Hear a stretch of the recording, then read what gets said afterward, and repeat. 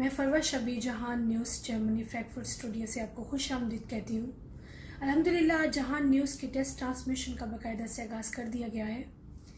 میں شکر گزار ہوں ہماری CEO سعیدہ رباب شاہ کی کہ انہوں نے کمیونٹی کی ضرورت کو محسوس کرتے ہوئے باقاعدہ جرمنی کے پہلے اردو نیوز چینل اور انٹرٹینمنٹ چینل جہان TV کا باقاعدہ سے آغاز کر دیا ہے۔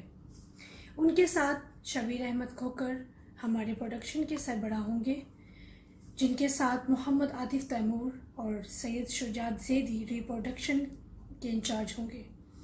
ٹاک شو میں سید رباب شاہ، صباحت خان، فاروق سہیل گوندل کے علاوہ دیگر اینکر بھی شمولیت کریں گے۔ مطیع اللہ یورپ کے لیے نیوز ٹیم کے لیے جواب دہ ہوں گے۔ راجہ ناصر، راجہ زاہد، اظہر کیانی جرمنی اور یورپ کے دیگر ممالک سے ٹیم آپ کے لیے پیش ہوگی۔